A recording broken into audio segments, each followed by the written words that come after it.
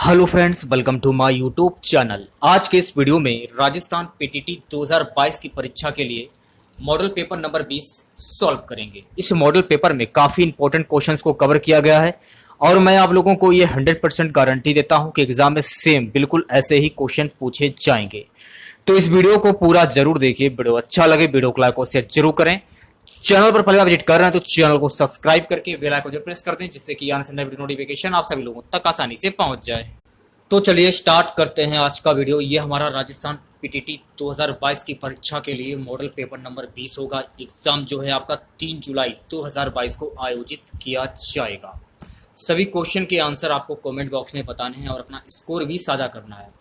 तो पहला क्वेश्चन आपकी स्क्रीन पर क्वेश्चन है गाइस, कमेटी ऑफ 10 द्वारा कौन से सामाजिक विज्ञान को सामाजिक अध्ययन में जोड़ा गया? ऑप्शन है आपके ए इतिहास, ऑप्शन बी अर्थशास्त्र, ऑप्शन सी समाजशास्त्र, ऑप्शन डी नागरिक शास्त्र। ऑप्शन सी जो है आपका बिल्कुल करेक्ट हो जाएगा, समाजशास्त्र। इस क्वेश्चन के बारे में जान लेते हैं एक्स्ट्रा फैक्ट। राजनीति, इतिहास, सामाजिक अध्ययन का जन्म अमेरिका में हुआ, जिसमें भूगोल शास्त्र तथा अर्थशास्त्र का समावेश था। कमेटी ऑफ 10 ने इस समाजशास्त्र से जोड़कर सामाजिक अध्ययन बना दिया। दूसरा क्वेश्चन, समाजशास्त्र को सामाजिक अध्ययन विषय में कब जोड़ा गया? ऑप्शन है आपके A 1908, option B 1919, option C 1910, option D 1911। ये 1909 होगा, 1919 नहीं होगा। ठीक है, ऑप्शन है आपके 1908, ऑप्शन बी है आपका 1909, ऑप्शन सी है आपका 1910, ऑप्शन डी 1911। ऑप्शन डी जो है आपका बिल्कुल करेक्ट हो जाएगा, 1911। इस क्वेश्चन के बारे में जान लेते हैं। 1911 ईस्वी में ब्रिटेन की कमेटी ऑफ 10 की सिफारिशों के आधार पर सामाजिक अध्ययन में समाजशास्त्र की विषय वस्तु भी सम्मिलित की गई। तीसरा क्वेश्चन है गाइस, सामाजिक अध्ययन के अंतर्गत किसका अध्ययन किया जाता है? ऑप्शन है आपके ए मानवीय संबंधों का, ऑप्शन बी समसामयिक मामलों का, ऑप्शन सी मानवीय समस्याओं का, ऑप्शन डी उपरोक्त सभी। तो डी वाला जो ऑप्शन है आपका बिल्कुल करेक्ट हो जाएगा, उपरोक्त सभी। इस क्वेश्चन के बारे में जान लेते हैं एक्स्ट्रा फैक्ट। सामाजिक अध्ययन सामाजिक विज्ञान संकाय के अंतर्गत आता है। यह इतिहास, भूगोल, नागरिक शास्त्र, अर्थशास्त्र और राजनीति विज्ञान सहित सामाजिक विज्ञान के विभिन्न क्षेत्रों का संयुक्त अध्ययन है। चौथा क्वेश्चन है गाइस, कक्षा कक्ष में शिक्षक द्वारा पाठ्य विषय वस्तु पर व्याख्यान देते समय ध्यान रखना चाहिए कि? ऑप्शन है आपके ए व्याख्यान की भाषा सहज एवं सुबोध हो, ऑप्शन बी व्याख्यान में रुचिकर युक्तियों व उदाहरणों का प्रयोग हो, ऑप्शन सी है व्याख्यान के दौरान यथास्थान दृश्य शब्द साधनों का प्रयोग हो, ऑप्शन डी उक्त सभी। डी वाला जो ऑप्शन है आपका बिल्कुल करेक्ट हो जाएगा, उक्त सभी। इस क्वेश्चन के बारे में जान लेते हैं। जहां अध्यापक को ऐसा आभास हो कि छात्र उसकी बात को समझ नहीं रहे हैं तो वह शब्दों की पुनरावृत्ति, भावों के स्पष्टीकरण अथवा नए तथ्यों को उपस्थित कर अपने भाषण को प्रभावशाली बना सकता है। हर भाषण के बाद कक्षा में एक लिखित परीक्षा भी होनी चाहिए, जिसमें कि अध्यापक को यह पता लग सके कि विद्यार्थी को पाठ समझ में आ रहा है या नहीं। पांचवा क्वेश्चन, अध्यापन के दौरान कक्षा कक्ष में अधिगम को उन्नत बनाने के लिए शिक्षार्थियों के मत विवाद का आयोजन कराने से अत्यधिक लाभ होता है, सिर्फ निम्न के अलावा। चार ऑप्शन आपके सामने है, आंसर आपको कमेंट बॉक्स में बताना है। सी वाला जो ऑप्शन है आपका बिल्कुल करेक्ट हो जाएगा, व्यर्थ में शिक्षक एवं कक्षा का समय नष्ट होता है। छठा क्वेश्चन आपकी स्क्रीन पर, अधिगम में वृद्धि की जा सकती है। ऑप्शन है आपके विटामिन देकर, ऑप्शन बी विदेशों में भेजकर, ऑप्शन सी प्रोत्साहन देकर, ऑप्शन डी कोई नहीं। ऑप्शन सी जो है आपका बिल्कुल करेक्ट हो जाएगा, प्रोत्साहन देकर। इस क्वेश्चन के बारे में जान लेते हैं। चरण 1 में, इस चरण में सीखने में अवधारणाओं को समझने के लिए सीखने की गति धीरे धीरे बढ़ती है। यह सीखने का शुरुआती चरण है, जिसमें सीखने वाला नई जानकारी हासिल करने के लिए प्रेरित होता है। चरण 2 में, इस चरण में सीखने वाला अवधारणाओं को सीखने में तेजी लाता है। सातवां क्वेश्चन, डिस्लेक्सिया किससे संबंधित है? ऑप्शन है आपके ए मानसिक विकार, ऑप्शन बी पठन विकार, ऑप्शन सी व्यवहार संबंधी विकार, ऑप्शन डी गणितीय विकार। तो बी वाला जो ऑप्शन है आपका बिल्कुल करेक्ट हो जाएगा, पठन विकार। इस क्वेश्चन के बारे में जान लेते हैं।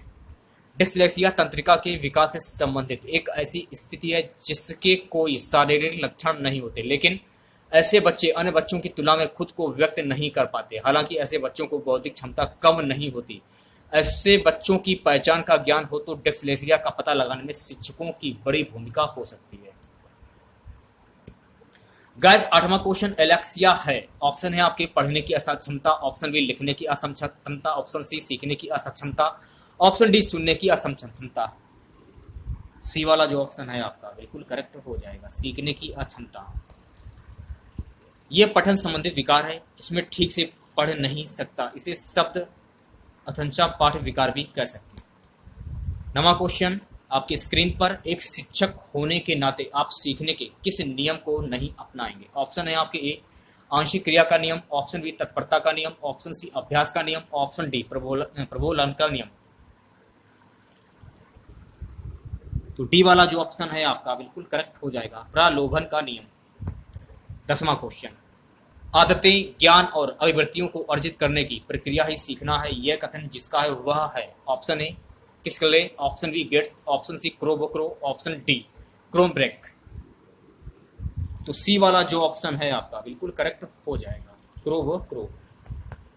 अगला क्वेश्चन, थॉटसन तथा कैली के अनुसार 9 मानसिक योग्यता के समूह में शामिल नहीं है। ऑप्शन है आपके ए सामाजिक योग्यता, ऑप्शन बी वाचिक योग्यता, ऑप्शन सी अवाचिक योग्यता, ऑप्शन डी रुचि। ऑप्शन सी जो है आपका बिल्कुल करेक्ट हो जाएगा, अवचित योग्यता। ओके, अगला क्वेश्चन देखिएगा गाइस, बुद्धि का समूह प्रतिकारक सिद्धांत किसने दिया? ऑप्शन है आपके ए रॉस ने, ऑप्शन बी थॉटसन ने, ऑप्शन सी बैसालाउर ने, ऑप्शन डी स्प्रेमैन ने। ऑप्शन बी जो है आपका बिल्कुल करेक्ट हो जाएगा, थॉटसन ने। गाइस अगला क्वेश्चन देखिएगा, बुद्धि का द्वितत्व सिद्धांत किसने दिया? ऑप्शन है आपके ए बर्ट ने, ऑप्शन बी टर्मर ने, ऑप्शन सी स्पीयरमैन ने, ऑप्शन डी इनमें से कोई नहीं। ऑप्शन सी जो है आपका बिल्कुल करेक्ट हो जाएगा, स्पीयरमैन ने। इस क्वेश्चन के बारे में जान लेते हैं। बुद्धि का एक तत्व सिद्धांत, बुद्धि का एक खंड सिद्धांत, इसको बोलते हैं यूनिफैक्टर थ्योरी। इस सिद्धांत के प्रथम प्रतिपादक जॉनसन है, वैसे इसके प्रतिपादन में अल्फ्रेड बिने, टर्मैन और स्टर्न का नाम लिया जाता है। अगला क्वेश्चन, स्पीयरमैन ने बुद्धि के कितने तत्व माने हैं? ऑप्शन है आपके 1, option B 2, option C 3, option D 4। तो बी वाला जो ऑप्शन है आपका बिल्कुल करेक्ट हो जाएगा, 2 तत्व माने हैं।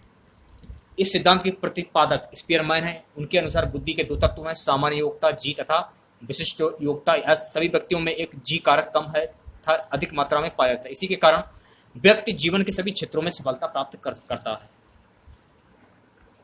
गाइस अगला क्वेश्चन, किस सिद्धांत के आधार पर रॉस ने बुद्धि को जन्मजात कहा? ऑप्शन है आपके ए एक तत्व सिद्धांत, ऑप्शन बी द्वितत्व सिद्धांत, ऑप्शन सी बहु तत्व सिद्धांत, ऑप्शन डी इनमें से कोई नहीं। तो ए वाला जो ऑप्शन है आपका बिल्कुल करेक्ट हो जाएगा, एक तत्व सिद्धांत। 16वां क्वेश्चन आपकी स्क्रीन पर, विश्व ख्याति प्राप्त राम गोपाल विजय वर्गीय का संबंध किस जिले से है? ऑप्शन है आपके A Sawai Madhopur, option B Dholpur, option C Bharatpur, option D Karauli. तो डी वाला जो ऑप्शन है आपका बिल्कुल करेक्ट हो जाएगा, करौली। 17वां क्वेश्चन आपकी स्क्रीन पर, करौली रियासत की स्थापना किसने की? ऑप्शन है आपके ए कल्याण सिंह, ऑप्शन बी कुंवर मदन सिंह, ऑप्शन सी वीर झाला, ऑप्शन डी अर्जुन सिंह। तो डी वाला जो ऑप्शन है आपका बिल्कुल करेक्ट हो जाएगा, अर्जुन सिंह ने। इस क्वेश्चन के बारे में जान लेते हैं।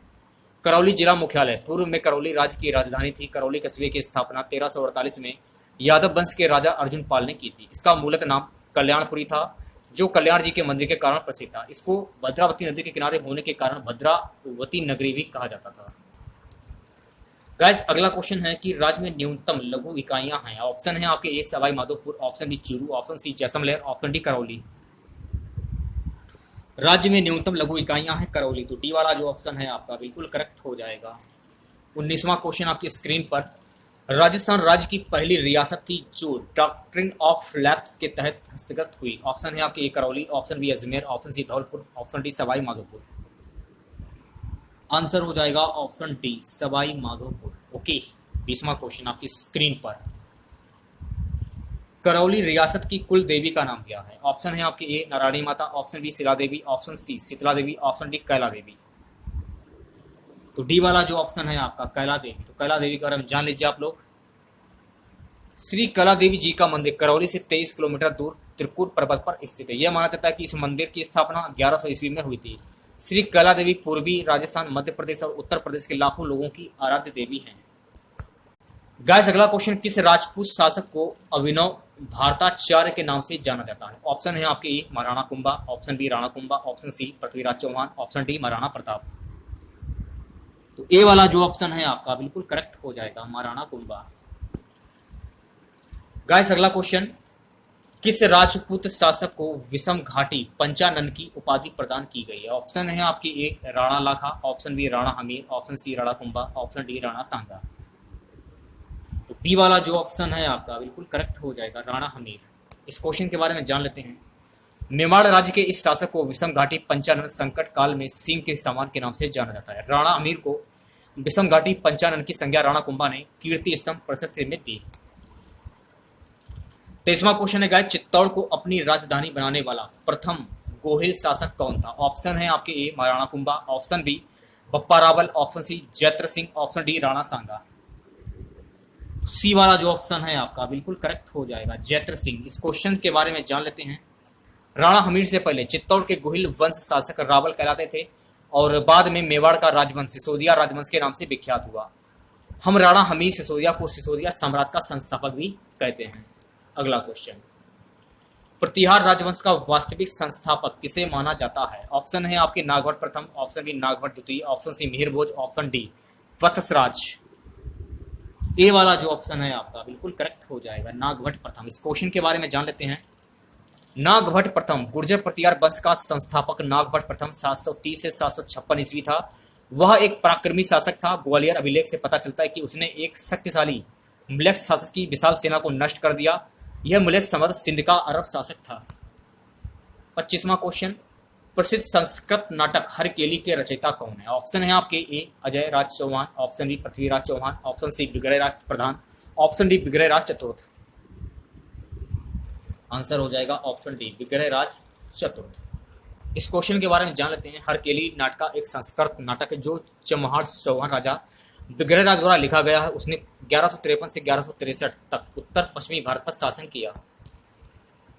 गाइस अगला क्वेश्चन, हमारे देश में वन महोत्सव कब मनाया जाता है? ऑप्शन है आपके 1 जुलाई, ऑप्शन बी 5 जुलाई, ऑप्शन सी 2 जून, ऑप्शन डी 3 जून। ए वाला जो ऑप्शन है आपका बिल्कुल करेक्ट हो जाएगा, 1 जुलाई। इस क्वेश्चन के बारे में जान लेते हैं। एक्स्ट्रा फैक्ट, जुलाई के प्रथम सप्ताह 1 से 7 जुलाई में वनों के बारे में जागरूकता फैलाने के लिए वन महोत्सव मनाया जाता है। यह एक वार्षिक वृक्षारोपण उत्सव है जिसमें पूरे देश में वृक्षारोपण अभियान चलाया जाता है। 27वां क्वेश्चन आपकी स्क्रीन पर, राजस्थान वानिकी एवं जैव विविधता परियोजना फेज 2 किस देश की सहायता से प्रारंभ की गई है? ऑप्शन है आपके A America, option B Japan, option C रूस, ऑप्शन डी यूरोप। तो बी वाला जो ऑप्शन है आपका बिल्कुल करेक्ट हो जाएगा, जापान। इस क्वेश्चन का जान लेते हैं। जापान अंतर्राष्ट्रीय सहयोग संस्था राजस्थान वानिकी विकास और जैव विविधता परियोजना का दूसरा चरण प्रदान कर रही है। गाइस 28वां क्वेश्चन, देश के 142 डेजर्ट ब्लॉक में राजस्थान में कितने डेजर्ट ब्लॉक हैं? ऑप्शन है आपके A 85, option B 78, option C 89, option D 75। A वाला जो ऑप्शन है आपका बिल्कुल करेक्ट हो जाएगा, आंसर हो जाएगा 85। 29वां क्वेश्चन देखिएगा क्या है। ताल छापर अभ्यारण्य चूरू जिसके लिए प्रसिद्ध है वह है? ऑप्शन ए हिरण, ऑप्शन बी घोड़ावट, ऑप्शन सी कृष्णमृग, ऑप्शन डी नीलगाय। सी वाला जो ऑप्शन है आपका बिल्कुल करेक्ट हो जाएगा, कृष्णमृग। इस क्वेश्चन के बारे में जान लेते हैं। एक्स्ट्रा फैक्ट, राजस्थान के चूरू जिले के सुजानगढ़ तहसील में छापर गांव में स्थित ताल छापरा सेंचुरी जो खास तौर से अपने काले हिरणों और अलग अलग प्रकार के खूबसूरत पक्षियों के लिए जाना जाता है। सेंचुरी का नाम इसी छापर गांव के नाम पर रखा गया है। समुद्र तल से 302 मीटर ऊंचा ये अभयारण्य पक्षियों की चहचहाहट से गूंजता रहता है। अगला क्वेश्चन, मरुभूमि राष्ट्रीय उद्यान कहां पर स्थित है? ऑप्शन है आपके A Jodhpur, option B Barmer, option C Bikaner, option D Jaisalmer. तो डी वाला जो ऑप्शन है आपका बिल्कुल करेक्ट हो जाएगा, जैसलमेर। इस क्वेश्चन के बारे में जान लेते हैं। एक्स्ट्रा फैक्ट, मरुभूमि राष्ट्रीय उद्यान राजस्थान के थार मरुस्थल में अवस्थित है। ये जैसलमेर जिले से 40 किलोमीटर दूर है। ये उद्यान न केवल राज्य का सबसे बड़ा उद्यान है बल्कि पूरे भारत में इसके बराबर का कोई राष्ट्रीय उद्यान नहीं है। उद्यान का कुल क्षेत्र 3162 वर्ग किलोमीटर है। उद्यान का काफी बड़ा भाग लुप्त हो चुकी नमक की झीलों की तलहटी और कटीली झाड़ियों से परिपूर्ण है। इसके साथ ही रेत के टीलों का भी बहुतायत है। उद्यान का 20% भाग रेत के टीलों में सजा हुआ है। उद्यान का प्रमुख क्षेत्र चट्टानों, नमक की छोटी छोटी झीलों की तलहटियों, पक्के रतीले टीलों और बंजर भूमि से अटा पड़ा है। अगला क्वेश्चन, स्पर्श व्यंजन कितने प्रकार के होते हैं? ऑप्शन है आपके A 15, option B 20, option C 24, option D 25। स्पर्श व्यंजन कितने प्रकार के होते हैं?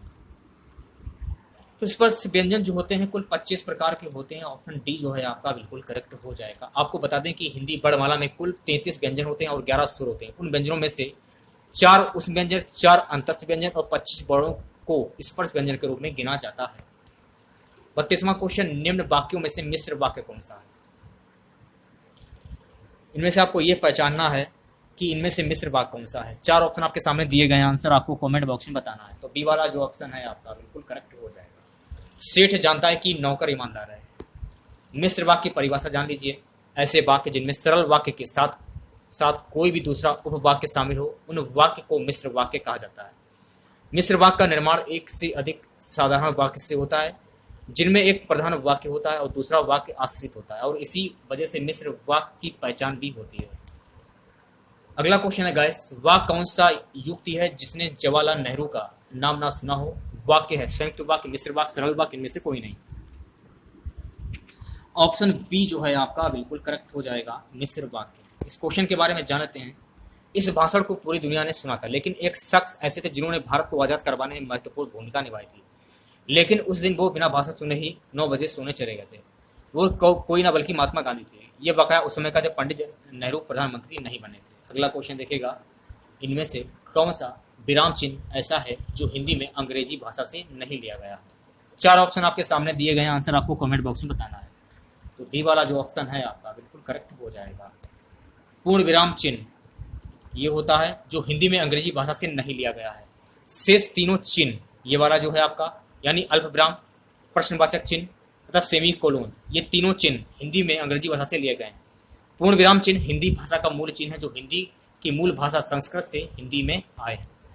अगला क्वेश्चन देखिएगा, क्या है निर्वाह में प्रयुक्त उपसर्ग क्या होगा? तो निर्वाह में प्रयुक्त उपसर्ग क्या होगा? तो सी वाला जो ऑप्शन है आपका बिल्कुल करेक्ट हो जाएगा, निर। अगला क्वेश्चन देखिएगा, तैरने या पार होने का इच्छुक के लिए एक शब्द क्या होगा?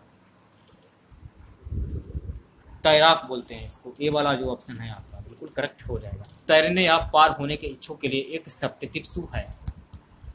चना का तत्सम रूप क्या होगा? ये क्वेश्चन में पूछा जा रहा है। चना का तत्सम रूप चणक होता है। ऑप्शन ए जो है आपका बिल्कुल करेक्ट हो जाएगा। चना का तत्सम शब्द चणक होता है। अगला क्वेश्चन गाइस, तद्भव चबूतरा का तत्सम रूप क्या होगा? ऑप्शन डी जो है आपका बिल्कुल करेक्ट हो जाएगा, चतपाल। 39वां क्वेश्चन, निम्नलिखित में से एक तद्भव शब्द है, पूंजी, नयन, मूर्ख, शकुन। ए वाला जो ऑप्शन है आपका बिल्कुल करेक्ट हो जाएगा, पूंजी। आज का हमारा सबसे लास्ट क्वेश्चन रहेगा गाइस, बेत का तत्सम रूप क्या होगा?